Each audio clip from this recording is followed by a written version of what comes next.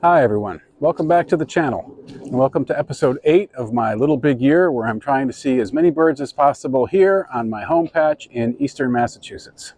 In this video I'm going to catch you up on some of the really good birds that I've seen over the past 2 weeks as I try to push the total for the year up to 100 species.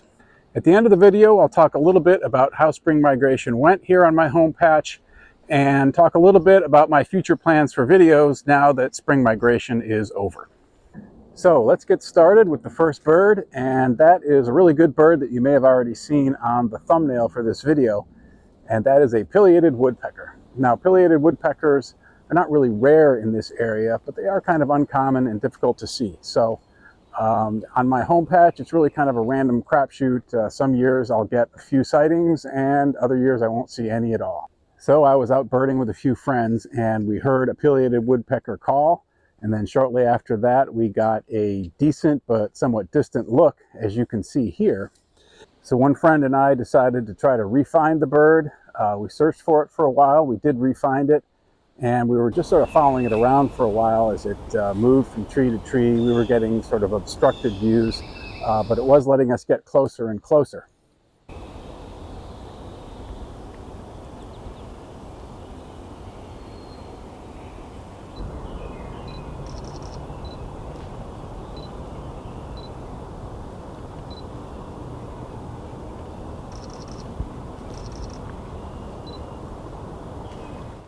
Eventually it ended up feeding on the ground for a little while, which was really cool to see. And then it hopped up onto a tree right at eye level. And then the bird just sort of hung out there for a good 5 or 10 minutes, giving us these really amazing looks.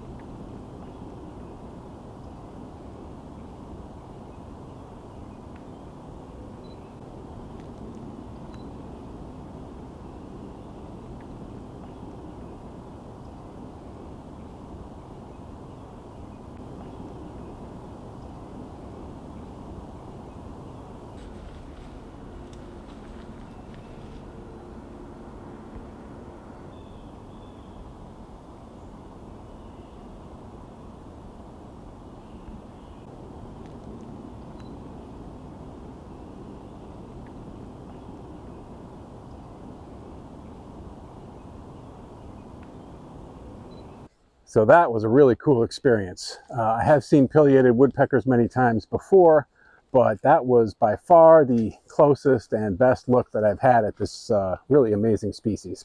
And of course, it's exciting to get it onto the list for my Little Big Year. So I just got back from a short family trip out west, and now that I'm back east, it's amazing to me how things have changed here. The trees have leafed out, the paths seem narrower. Everything is just really in full summer mode now. So the next two birds that I have are both breeding on the side of Horn Pond Mountain, and that is prairie warbler and indigo bunting. Both of these species prefer the sort of open, scrubby habitat that we have over at that location on the side of the mountain.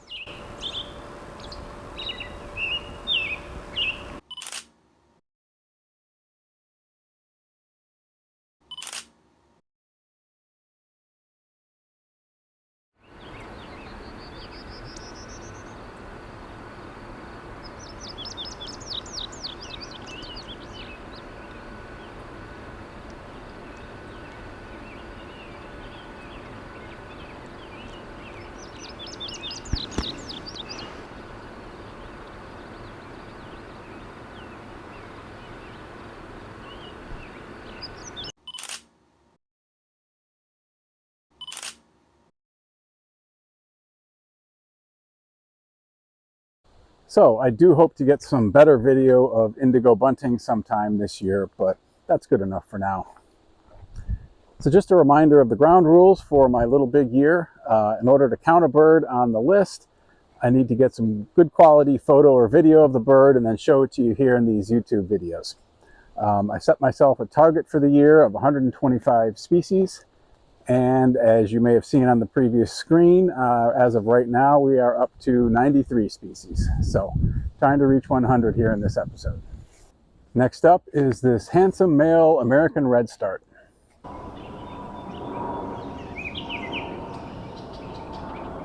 American redstarts are one of the more common migrating warblers that we get here in eastern Massachusetts.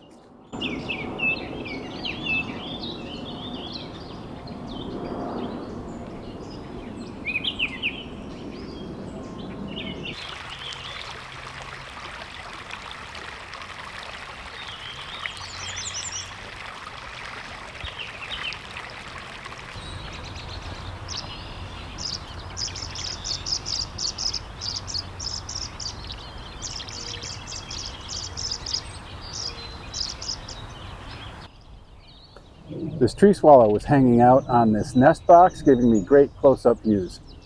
Tree swallows are already on the list, but I can't resist getting some video when I see a good-looking bird like this close up. He was acting like he wanted to nest in the box, but I don't think this is at a location where it would actually nest right in the middle of the community garden.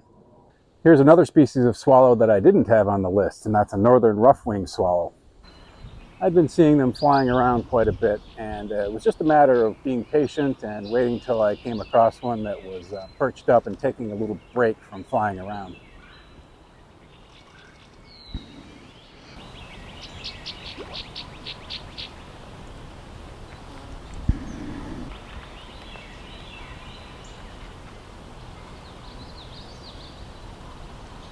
Another new warbler for the list is this common yellowthroat, which was flying around and patrolling its breeding territory vigorously, singing from all sorts of perches, and that made it a great subject for this video.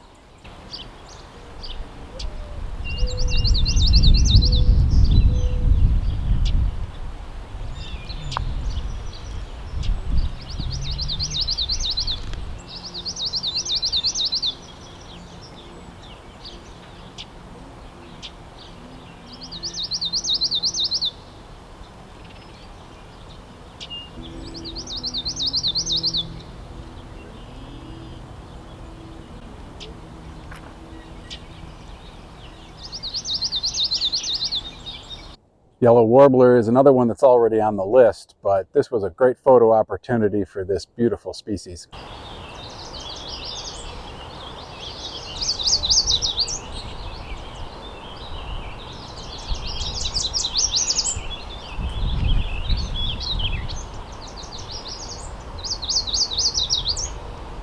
Next up is this Swainson's thrush, which I was really happy to get on video.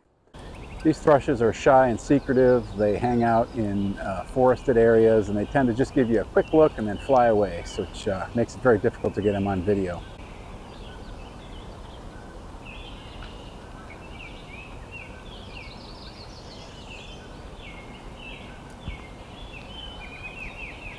I had been hanging out in this particular location for quite a while, maybe 20 minutes or half an hour, and I think this thrush just got used to my presence there.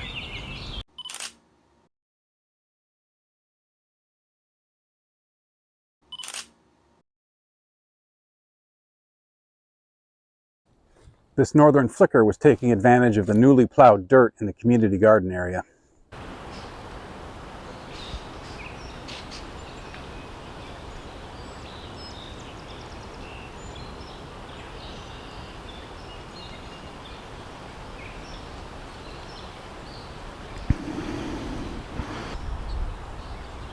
Flickers are in the woodpecker family, but they behave more like robins, the way they probe into the ground for insects instead of hammering away on trees.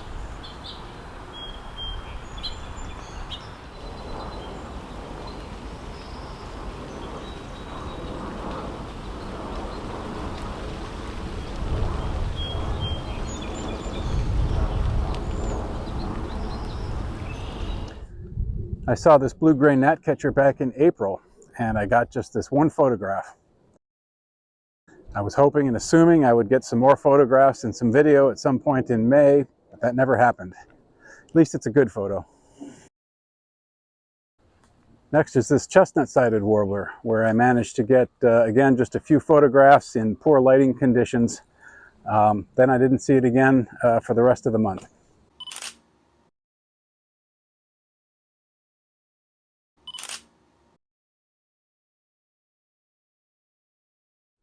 However, that's a pretty big species. That's number 100 for the year, so that's kind of a nice milestone. I had actually considered making 100 species my target for the year, but fortunately I decided to be a little bolder and a little more aggressive and go for 125. Would have been kind of anticlimactic if I had reached my year total already in May. I do have just one more species to add in this episode, and that is this Tennessee warbler. Again, not the best photographs because it was a very dark and rainy morning, but I was glad to get them because this is actually an unusual warbler on my home patch, not one I was necessarily expecting to get this year.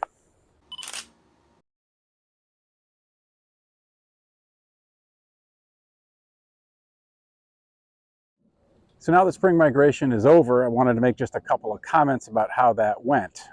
Here in eastern Massachusetts, we're so far on the eastern edge of the continent that sometimes it seems like the warblers are pushed by the weather patterns in such a way that they go right around us, sometimes over us. And unfortunately, this seemed like one of those years, particularly here on the home patch. And there were stretches of days in May where it seemed like we didn't have any migrants around or anything new to look at. This is an example of a migration forecast from Birdcast that was pretty typical of this May. You can see that there's a lot of birds going up the middle of the country where you have the white and yellow colors, and a fair number of birds going up the east coast. But then right around our area in New England, there's some bad weather and it's dark purple, meaning that we're not getting any migration or any birds showing up there. So that was a bit of a shame, obviously, but I don't want to sound too negative because I did salvage things somewhat by taking advantage of my opportunities and chasing down those few good spring migrants that did show up. Some nice spring migrants that we do have on the list for the year include this blue-winged warbler, this Wilson's warbler, this Swainson's thrush, this American kestrel, this blue-winged teal, and let's not forget about that very unusual yellow-crowned night heron that showed up early in spring migration. We're going into summer now, and that's actually the slowest time of year for birding here on my home patch. I generally find it's hard to add any new birds in June or July, and things don't pick up again usually until late August. Good news is that fall is actually the best birding time here at my home patch. So we do have that to look forward to. So given how slow birding is on my home patch in the summer, I am anticipating that it's going to be a few months before I can come back to you with another episode of my little big year. But that doesn't mean that I'm going to stop making videos altogether. I'm going to use this opportunity to go birding elsewhere and to make some different types of birding related videos. I hope you'll watch those as well. That's a wrap for this episode. Thanks very much for watching, and I'll see you next time.